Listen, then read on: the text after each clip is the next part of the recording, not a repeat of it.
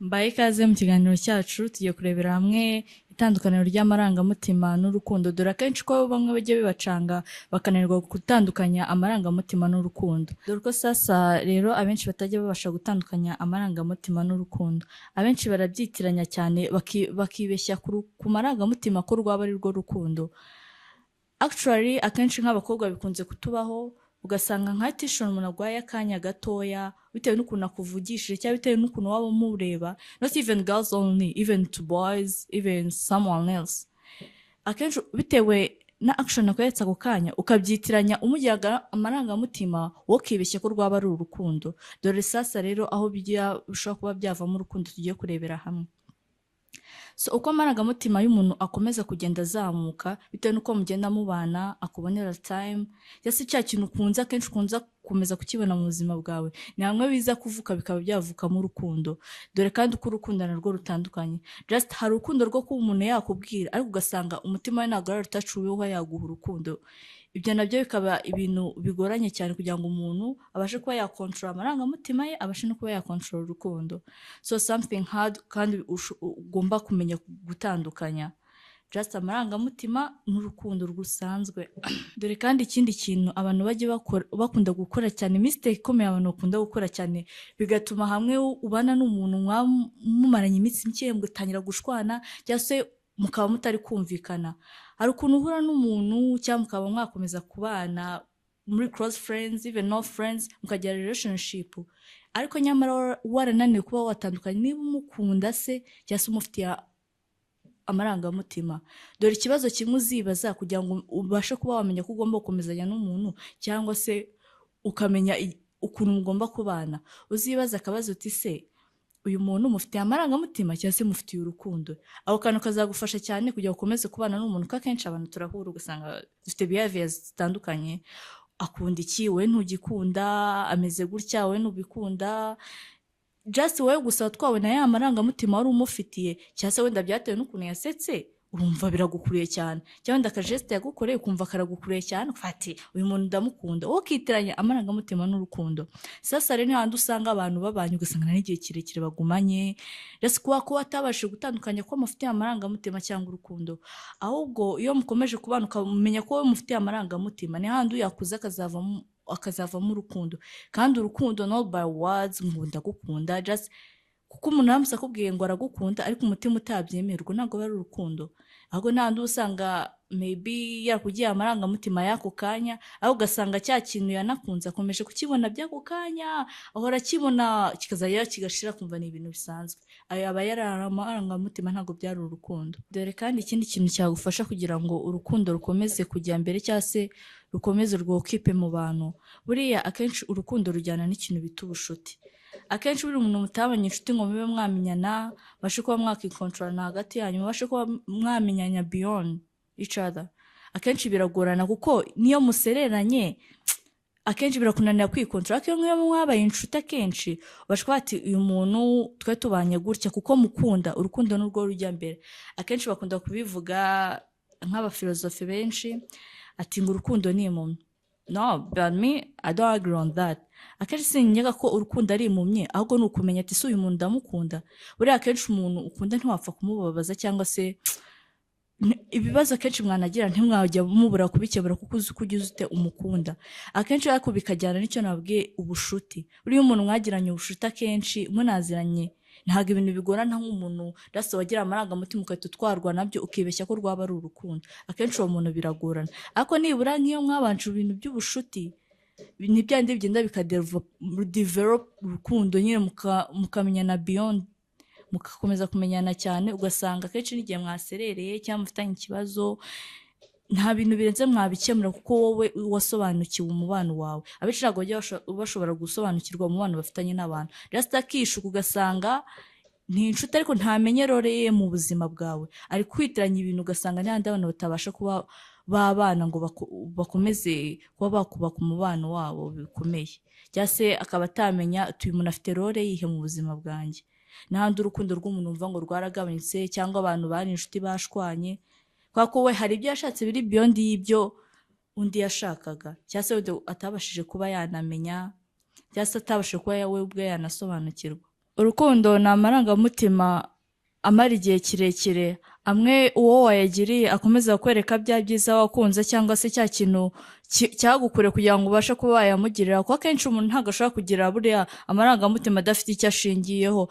Maybe uko wamubonye, ibyo yagukoreye, nibyo bindi bigukurura kugira ngo ube wamugirira amarangamutima. Rero uko akomeza gukura niyo yenda abyara urukundo. Gusa ikindi kintu wamenya ku itandukaniro ry'amarangamutima n'urukundo ni uko amarangamutima ntashobora gutinda cyangwa se kwihangana, mu gihe urukundo rwo rushobora kwihanganira umuntu cyangwa se rukaba rwabasha rwo kuba rwakomezwa. Ariko amarangamutima yo igihe umuntu ababaye, yishimye cyangwa se atari mu gihe cyiza, mbese amarangamutima ye ntashobora gutinda ndetse ntashobora no kwihangana. Ariko buriya iteka igihe uri mu bibazo, igihe utishimye, igihe mbese bimeze nabi, ahubwo ni handi uwo ufitiye urukundo abasha kuba yagusanga, ukaba wagira mbese ibintu ushobora kugirira I think like limit, maybe mu kubabara ukaba wafite uwo usanga kuko mufitanye urukundo, ndetse ukaba wabasha no kuba warugenzura mu kubana kwanyu. Cyangwa se igihe wababaye uri iteka uzarebe umuntu iyo mukundana akabasha icyagiye yagusanze mu bibazo, ni handi nyine uba wumva uri secure, handi uba wumva umuntu ushobora kugutera motivation, umuntu ushobora maybe kuba yagufasha kuba wagisohokamo. Ariko mu gihe amarangamutima we iyo ntashobora kwihangana, ariko iteka umuntu ufitiye urukundo ndetse n'uwo ufitiye amarangamutima, urukundo rwo rushobora kwihangana ndetse rukaba rwanakomezwa. Nk'uko nabibabwiye, amarangamutima ni ikintu kidashobora gutinda ku muntu. Akenshi buriya n'umuntu ugirira amarangamutima ntabwo ushobora kumwihanganira cyane nk'umuntu ufitiye urukundo. Ngibi rero mu bimwe mu bimenyetso tugiye kurebera hamwe byagufasha kugira ngo umenye ko uri mu rukundo. Akenshi babivuga neza ati urukundo ni impumyi, ati urukundo something like crazy, you know. Gusa ngibi ibimenyetso tugiye kurebera hamwe byagufasha kugira ngo umenye niba uri mu rukundo cyangwa se nta n'urwo urimo. Buriya akenshi umuntu ufitiye urukundo ni umuntu ushobora kwihanganira bitandukanye n'amarangamutima. Umuntu ufitiye amarangamutima ntiwabasha kumwihanganira mu gihe kirambye cyane, se mu gihe uri mu kibazo cyangwa mu gihe utari muri mood, akenshi uwo muntu ushobora kumwihanganira. Ariko iteka wa muntu ufitiye urukundo kuko amarangamutima yazamutse bitewe n'ibyo byandi wagenda ukunda yagiye abikwereka buri munsi, yase byandi wishimira bigenda biguhora hafi, ibintu bigufasha akenshi kugira ngo urukundo ruzamuke.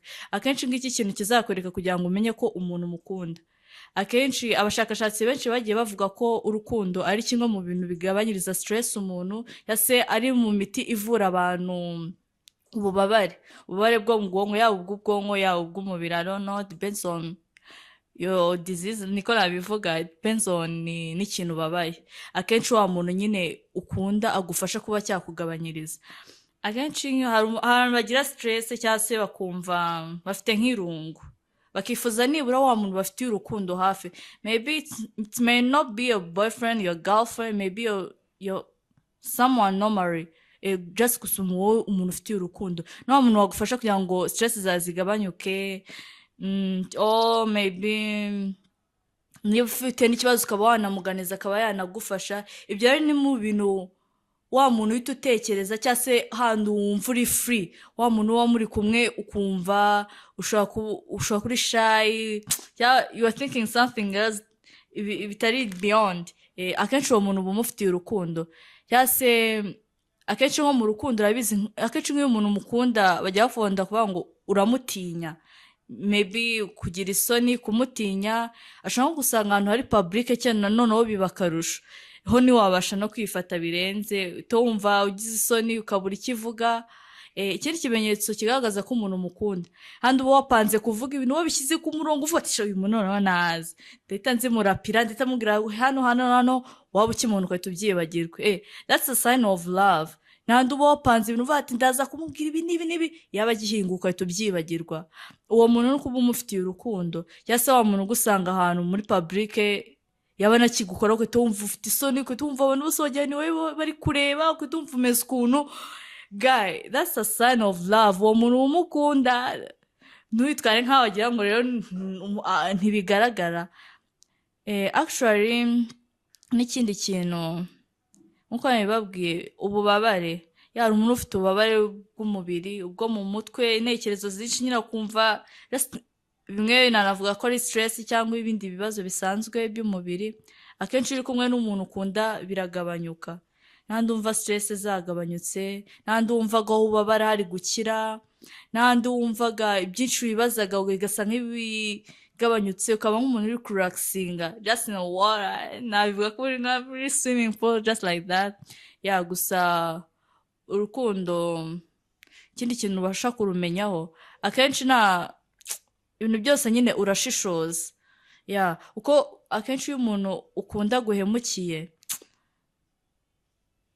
hari reaction ikunda kuza iyo itari quick ibiri slowly batse kubera iki ibintu nk'ibi ngibi cyase niyo uri umuntu uhubuka akenshi ugahubuka ku muntu ukunda ukamara nka kabiri utamubona nandi utangiye gusubiza ubwonko bwa nyuma batse ubundi ni gute narwana no kubikemura if you really love her or him I don't care about it gusa cyagiye ubumva utahomba umuntu that's a sign of love hari igihe akenshi nk'ari amarangamutima nk'wenda akenshi tuvuge ugira ikintu umukundira kikaba kidahari ahita ashira kandi bati niyo namuhomba cyangwa se akaba ahari I don't care about that gusa urukundo ni cya gihe uba uvuga uti n'iki ngiki kitaba kimeze gutya uyu n'umuntu sinshaka kumubura mu buzima bwanjye sinshaka ko yaba ndi kure sinshaka gutya na gutya ukaba wanigomwa amarangamutima kenshi nyine ni amarangamutima y'ako kanya ashobora kuba atanahari akakubwira ikintu ukahita ntunabyiteho ariko urukundo ni handi umuntu aba ari nakuru ukaba wanamusangayo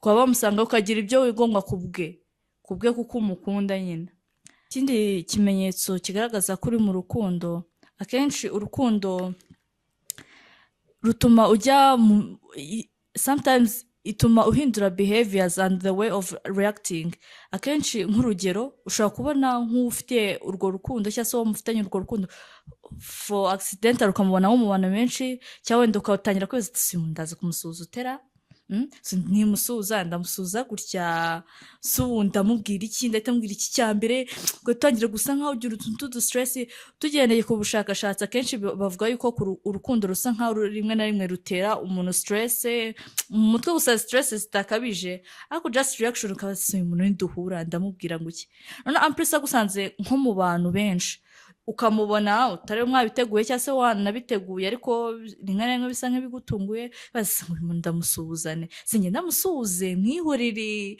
ugahita usa nk'ujagara yati se meze ne kureba gute ndi gusa gute rero ugatangira kwiyoza utuntu twinshi bikagucanga akenshi nuko uwo muntu nyine uba mu rukundo urwo rero ni kimwe mu bimenyetso kigaragaza ko uri mu rukundo andi ubona umuntu ugatangira kujagarara mu bwonko ugatangira kwibaza uyu muntu biti aka kantu se ibingibi ndaza kumusuhuza se arita mbona ute ugatangira gusa nk'ujagarara that's a sign of love ni bimwe mu bimenyetso bigaragaza ko uri mu rukundo handi utangira kwibaza se nite duhura utuntu twose ukaduha attention ukavuga ati niba ngiye guhura nawe ndaza gukora kino ibingibi bigatuma mu kugaragara utangira kugaragara nk'umuntu utandukanye cyangwa se uko tugira behaviors zitandukanye yase wenda wari mu bashuti bawe uri kuvuga ko kuduha story wazamuye umunwa wamubona amagambo akahita ashira ivuga hantajya kumubona n'ibyo wari kuvuga byose ukahita unabyibagirwa na za story na bashuti bakubwira ati njyewe ati njyewe ntabwo ibyo nari ndi kuvuga that's a sign of love biba bigaragaza ko uri mu rukundo kimwe mu bindi bimenyetso by'urukundo harimo yuko umuntu sometimes ashobora nko kubura peti akenshi uruzarera niyo muri kumwe nk'umuntu muri kudetingana bakabazanira kire icyo kurya bro akenshi niba ari nk'akazira kanwa I don't know how I can say that gusa akenshi bavuga ko urukundo rushobora gutuma umuntu atanarya kandi akabasha kuba yabyadaptinga cyangwa se akabasha kuba yabamaintain akenshi ugasanga araje wari unashonje pe ushonje nawe ubwawe uri kuvuga ati kira neza bro ndayataka ariko baba bakibizana ukahita wumva nta peto ugifite ugahita wumva kurya unuzikura ibiryo bisa bimera utagiye kwibuza utubazo twinshi ati ndarya ute just akenshi bavuga ko urukundo nyine something like crazy gutyo usubwo urumva wari ufite inzara isishira what's that nicyo bita urukundo kimwe mu bindi bimenyetso bishobora kugaragaza ko waba uri mu rukundo akenshi biha akanya bamwe mu kwitekerezaho kwabo uko akenshi aribaza ati se umuntu tuza guhura akaza kumbaza ngo nkunda iki, ndaza kuvuga iki. Akenshi ugasanga ati se akunda ko nambara iyihe myenda, maybe ati se cyangwa se njyewe iyo niyo myenda njya nambara ishobora kuba yamukurura, ati se akibaza utuntu twinshi. Ugasanga bimwe bibaha akanya ko kuba ubwabo bakitekereza ngo bamenye ibyo bakunda cyangwa se ibyo banga, ibyo bakunda kurya, ibyo bakunda kunywa, that's all. Ndetse n'ibintu byose ashobora kwibaza bishobora kuba kuri we byamukurura kuba yagiriye urwo rukundo cyangwa se kuwo maybe yakrashinze cyangwa afite izo emotions, bigaha bamwe umwanya wo kuba wakitekerezaho mu buzima bwawe. Ni ikimenyetso kikwereka ko uri mu rukundo. Bamwe baratutubikana, ugasanga ugize akantu k'agapuresha muri wowe, bamwe bakabira ibyunzwe, cyangwa se ugasanga ibintu wari ugiye kuvuga urabyibagiwe cyangwa uri kudondokanya amagambo. Bamwe binabaviramo kuba badidimanga, ugasanga yise yibagirwa ibintu yari agiye kuvuga. Abenshi babifata nk'ibintu by'ubusazi, ariko izo nizo z'imbaraga z'urukundo, cyangwa se n'ikimenyetso kiba kigaragaza ko umuntu umukunda cyangwa se uri mu rukundo. Ikindi kimenyetso cyakwereka ko uri mu rukundo, akenshi ibintu byinshi bye ukunda kuba wabyibazaho. Ugasanga urahamagaye, ni umuntu normal, waiting call, utangiye kwibaza utubazo twinshi, cyangwa se wenda akubwiye ngo ni ahantu, utangiye gushishoza utuntu twinshi, uri kwibaza se gutya na gutya, cyangwa se akubwiye nk'ijambo urisesenguyeho cyane. Akenshi icyo nacyo ni kimwe mu bimenyetso kuri bamwe na bamwe kiba kigaragaza kuri mu rukundo. Kandi ari umuntu uri normal akakubwira ndanga wenda nasohokanye n'abashuti banjye cyangwa ndanga, wabifata nk'ibintu biri simple. Aho ko uwo muntu wowe uri mu rukundo arakubwira ngo ari hano, wowe utangiye kubijijinganya kwibaza se gutya na gutya. That's a sign of love. Aho ngaho uri mu rukundo gaye, aho ngaho uhita umenya ko bagutapuje. Another sign of love, akenshi ukunda gutekereza utuntu turi innovative muri relationship yanyu. Ukavuga ati se wenda ubushize twasohokeye hano na hano, another time I think you can go there. Ugahora urupanga utuntu turi innovative, cyangwa se wajya nko kuryama ukavuga ati se ko ubushize wenda for example hari abantu babikunda, ugasanga niba ari ukwambara barambara imyenda isa, cyangwa se niba hari nk'akantu wenda baziranyeho ubwabo, ugasanga barashaka utuntu turi innove. Wenda maybe aravuze ati ngiye kumukoresha ngiye gukora udukomo dusa, arambara kamwe nanjye nambara kandi, just ugahora uhora ushaka nyine utuntu turi innovative, utuntu turi innovation in your relationship. That's a sign of love guy. Kuko iyo ari umuntu uri normal akenshi nubwo bitinda uhanapanga muri aho ngaho kuva ati man n'umunsi dukore kino na kino, n'umunsi dukore ibi ngibi n'ibi ngibi. Ariko akenshi umuntu iyo uri mu rukundo yamumenye yuko nyine ururimo ubyibaza nawe ubwawe mu kanya utabasha no gutekereza, ukishaka kuvuga ati gutya na gutya akagomba kwikosora ibi ngibi n'ibi ngibi. That's a sign of love.